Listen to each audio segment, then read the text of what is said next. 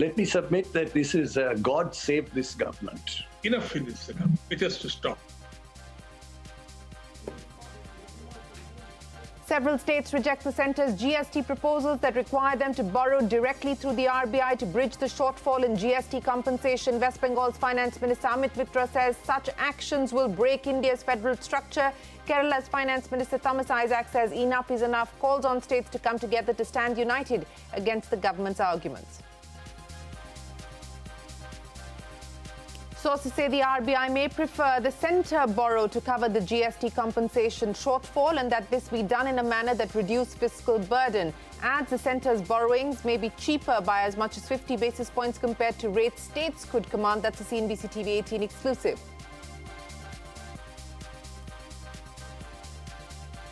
SBI Chairman Rajneesh Kumar will not get an extension. The bank's board bureau recommends the bank's managing director Dinesh Khara for the post. Also recommends Chala Srinivasulu to the reserve list for the vacancy.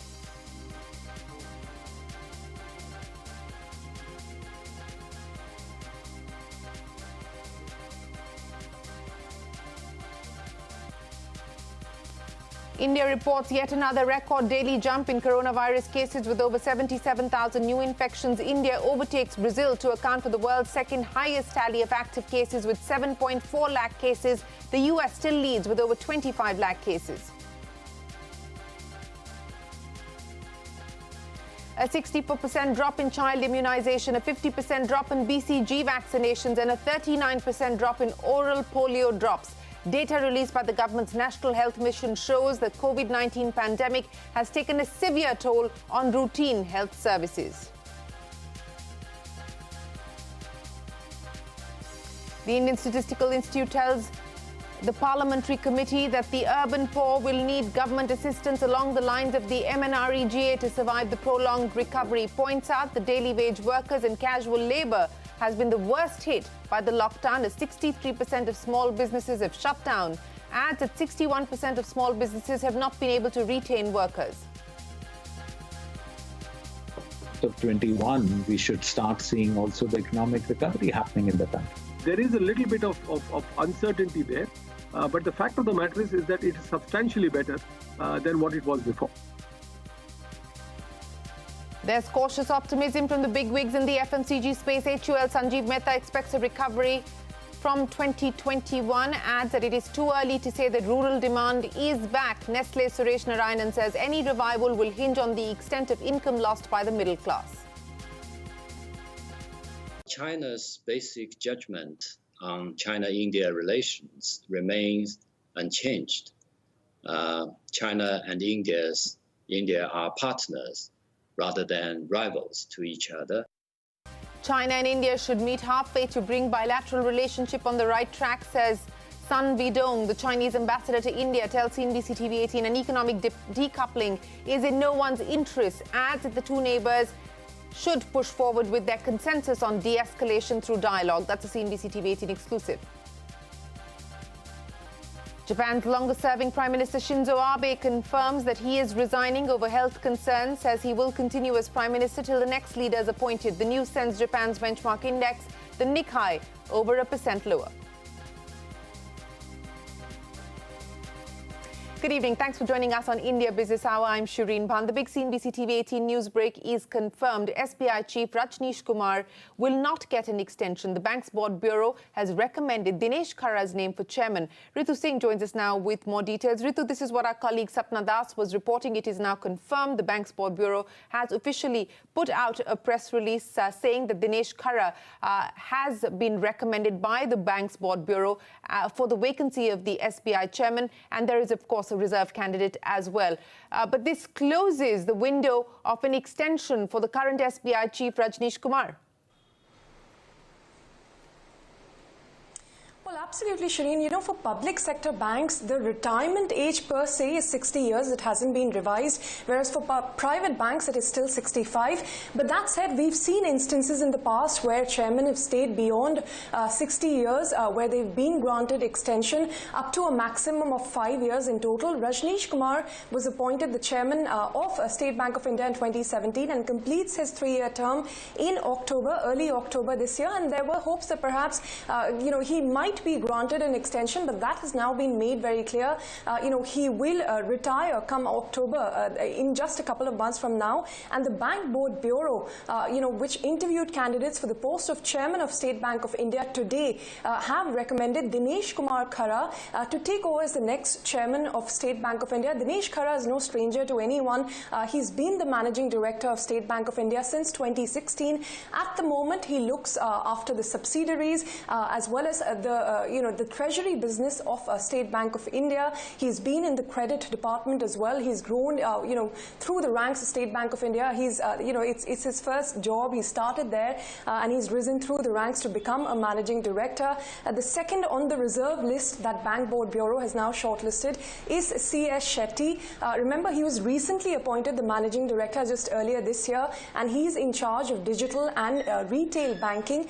So these are the two candidates that the Bank Board Bureau has now put forward. Dinesh Khara, also close to 59 years of age, so if he does get an appointment of 3 years, he will also be serving as chairman beyond that 60-year age limit. But we have to see the final orders coming in from the government now, the official orders appointing him as the chairman based on the recommendation of the Bank Board Bureau.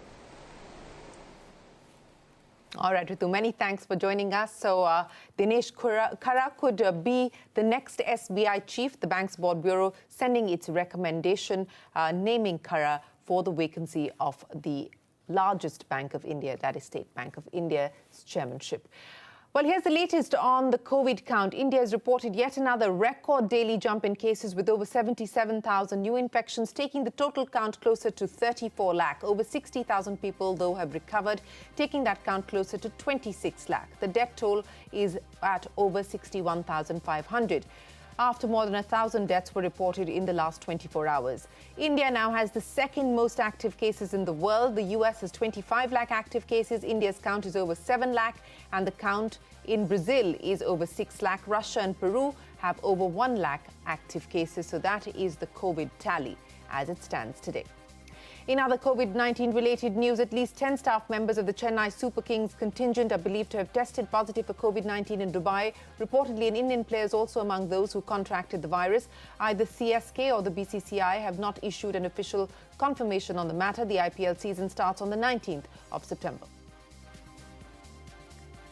Shops, offices and malls in Haryana will remain closed on Mondays and Tuesdays instead of the weekend. The order that doesn't apply to essential services comes barely a week after the Haryana government had reimposed a weekend lockdown. Airlines can now provide meals on board the aircraft. The government relaxes the rules but sets in place some strict guidelines to ensure minimal contact between crew and passengers. Says only pre-packaged food and hot beverages can be served on domestic flights. International flights can serve hot meals. The Supreme Court rules that universities cannot promote students without holding final year college exams, but allows them to approach the University Grants Commission to seek a deadline extension. According to UGC guidelines, universities have to hold exams by the 30th of September.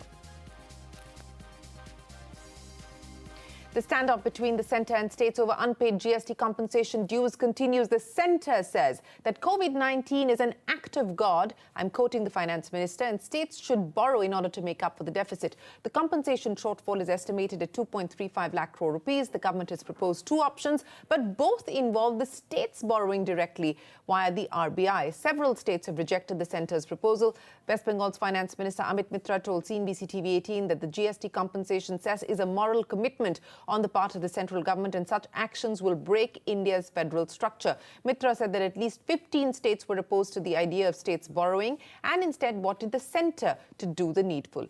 Kerala's finance minister Thomas Isaac said that all states must come together before the next GST council meet and put up a united front against the centre's proposal. The question is, who will borrow? Who has the capacity to borrow? The states do not have the capacity to borrow. They're not even able to pay. Some of them are not able to pay salaries, and most dangerously, some of them are not able to pay pensions. The center has the capacity to borrow because it can monetize its fiscal deficit. That means the Reserve Bank can print money for them. Center has no problem in borrowing. Many states that supported this position that government of India should pay included those who are, some of them with the BJP, Some of them have independent government. Some of them are with the opposition. Some of them are with Congress. Only 4 states were toying with the idea of states paying. Out of that, I think one of them doesn't matter, it's too small a state. The others started retracting during the discussion. Kerala rejected both the propositions. The whole meeting, So now it begins to suspect as a game.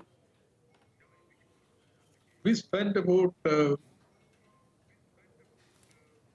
hours, each state making a presentation of what they thought should be done.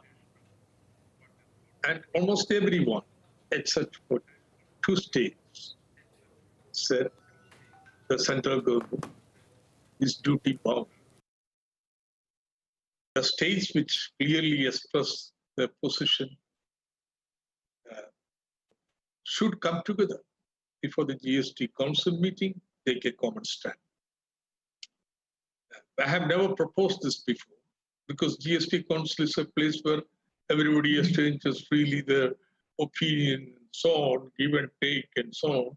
But this seems to be completely manipulating the goings on. Therefore, I would like to, for example, talk with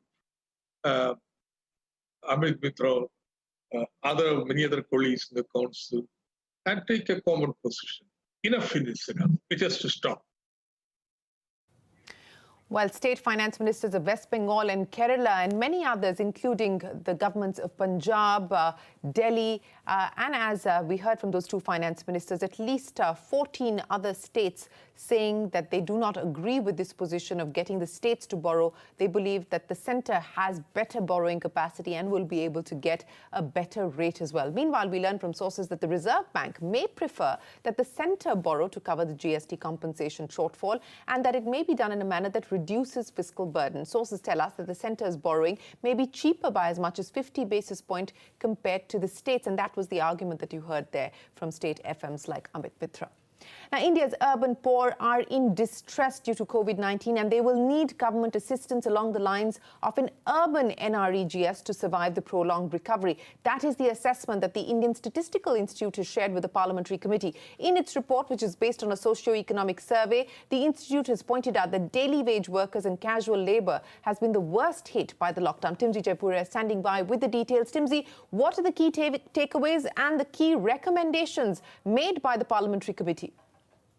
COVID-19 pandemic and its socio-economic impact has been bothering many, but now formally for the first time, India's premier statistic research institute, that is the Indian Statistical Institute or ISI, has flagged that the distress amongst urban poor is deep, and in a detailed presentation to the Parliamentary Standing Committee on Home Affairs, it has said that government assistance will be needed to overcome this impact. ISI's this particular suggestion is based on a survey that the institute did, and here are some of the findings. The ISI said that 85% of urban households experience some decline in income.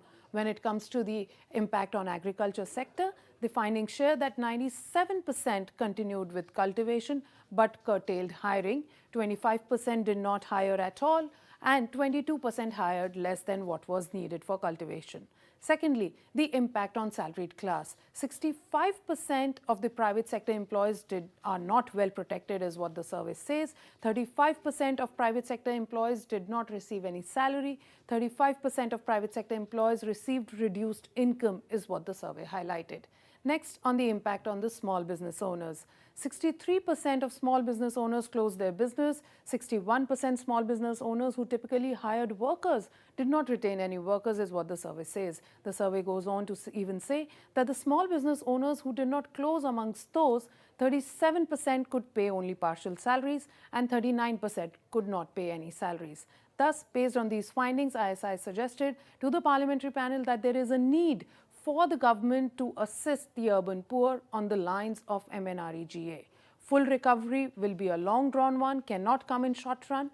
Daily wage workers, casual workers and disadvantaged social groups are the worst affected due to lack of education and employment. So let's see how soon government takes cognizance of these suggestions and whether it considers coming up with a new policy for the employment of urban poor on the lines similar to the MNREGA. Back to you. All right, Timsy, many thanks for joining us. So that's the view of the Indian Statistical Institute. Let's see if it finds currency of favour with the government.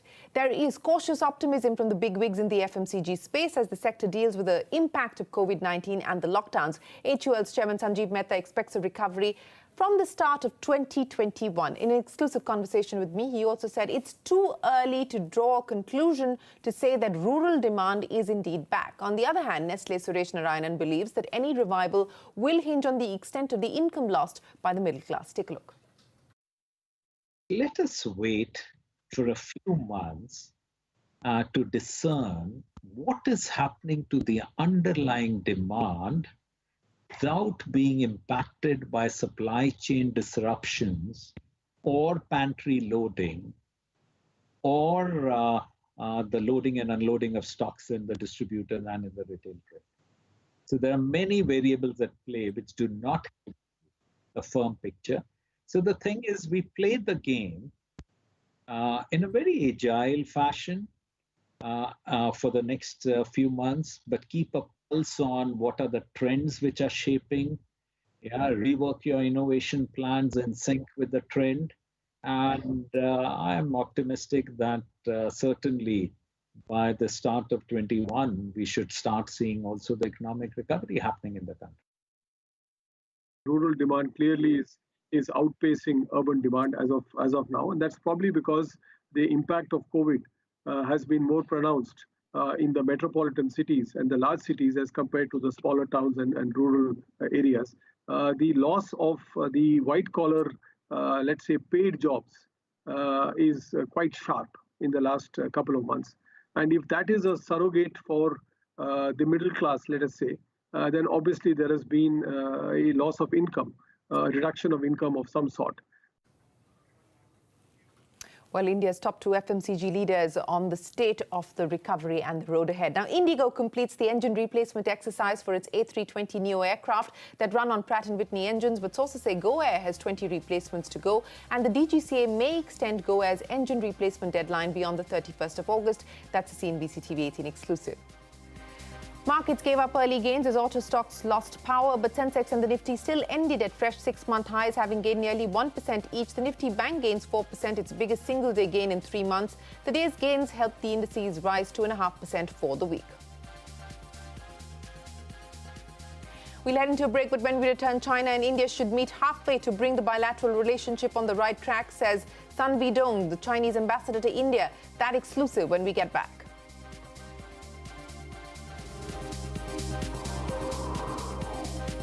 Caused massive disruption to routine health services. The government's National Health Mission has released data indicating that there has been a 64% drop in child immunization. The data also suggests that there is a 50% drop in BCG vaccinations and a 39% dip in oral polio drops. Archana is standing by with the details. Archana, severe collateral damage due to COVID-19. Absolutely. National Health Mission data compiled mainly across public health facilities and some private healthcare facilities shows worrying scale of disruptions in routine health services in the April to June quarter when OPDs were shut, health staff was entirely moved to fight COVID-19 and lockdown disrupted access. The disruption is most pronounced in the month of April, with some services recovering in May and June, but largely is still subdued.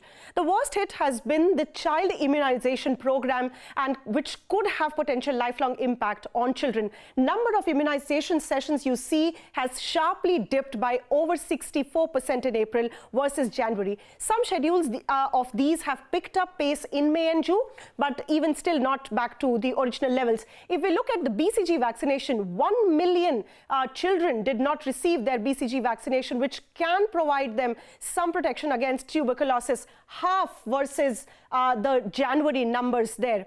Another 6 lakh have missed their first dose of oral polio vaccine. That has seen a sharp dip again in April, a 39% drop versus January. And this continues. In fact, oral polio continues to suffer even in June. Nearly 1.4 million missed their pentavalent shot that could protect them from 5 deadly diseases, a 68%, a sharp dip here in April, and even now it hasn't picked up. 69% children missed their rotavirus vaccination and 72% missed their measles, mumps, rubella vaccination. This is as far as immunization is concerned. Fewer women accessed maternal health care in late March and April 2020, where the lockdown was the strictest. Institutional deliveries fell by more than a third in April. Now, India is also home to largest number of anemic women, but both hemoglobin and routine checkups during pregnancy fell sharply by more than 50%, and even now has not recovered much, although slightly recovered in June, but not much. Medical treatments, whether inpatient, outpatient or emergencies, fell for all diseases, both infectious and non-communicable.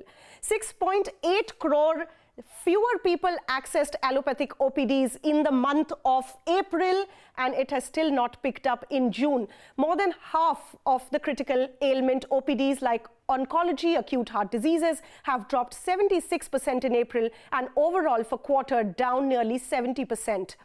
This is the outpatient. If we talk of the inpatient services, they had already started getting affected from March itself. And in April 2020, they were down 62% versus the month of June, which is considered largely unaffected. For critical ailments like COPD, respiratory, tuberculosis, the inpatient services were down more than 60%. Surgeries have halved between April and January 2020. If you look at this figure, biggest drop has been seen in the elective surgeries, which are down 82%. Even emergency services, now that's something that should not have been hit, but even there, lack of access to healthcare facilities have meant that if we look at the emergency services, they have been down about 50%, both for the cardiac as well as other emergencies. Disease diagnostics were hit. Overall lab tests fell 63% in April versus January, and the impact was particularly seen much larger in the HIV tests, which were down 65% in the April-June quarter versus the January-March quarter. Hospitals are already seeing a big pent-up demand for surgeries and OPDs as they slowly resume regular services. However, experts warn over focus on COVID-19 and ignoring routine health services could have long-term impacts, and the gains India has made in the disease control programs will be lost, while increasing morbidities and increasing healthcare complications. Back to you. Well, Archana, that is telling data. We've been hearing people from the medical fraternity, CEOs of hospitals telling us that, but that was anecdotal. It was hospital-wise. This is the National Health Mission's data that Archana has put together for you, and it tells you the story of the collateral damage that we have seen. Now, another exclusive. The India-China border standoff has been on for close to 4 months now. Disengagement remains stalled at Pangong Tso and Gogra at the LAC. Speaking exclusively to CNBC TV 18's Parikshit Luthra, China's ambassador to India, Sun Weidong, has said that both India and China are communicating through bilateral channels every week, and it is unreasonable to link the boundary dispute with economic relations. On Huawei, he said that the company was ready to offer a special agreement to India. Here's an excerpt of that exclusive conversation. Well, China's basic judgment on China-India relations remains unchanged. China and India are partners rather than rivals to each other. I don't think there is a reset in China-India relations. Our relationship should move forward rather than backward or reverse. And China and India should avoid mutual attrition nor be opposed to each other, and instead we should meet halfway to bring our bilateral relationship back on the right track. The current difficulties we are facing in our bilateral relations have even highlighted the importance of transmitting and implementing the leaders' consensus. On the issue of 5G trials, it seems that India has taken a decision on holding 5G trials without Chinese companies. What would be your reaction to that? Well, what I learned is that last year, the Department of Telecommunications, the DOT of India, invited enterprises from various countries, including Huawei, to participate in the 5G trials. So I wonder if you have an official confirmation of what you said. But as a private enterprise, Huawei has achieved a leading position in 5G technology. But however, a certain country resorts to suppress a Chinese private company. Let me say that Huawei has been operating in India for 20 years.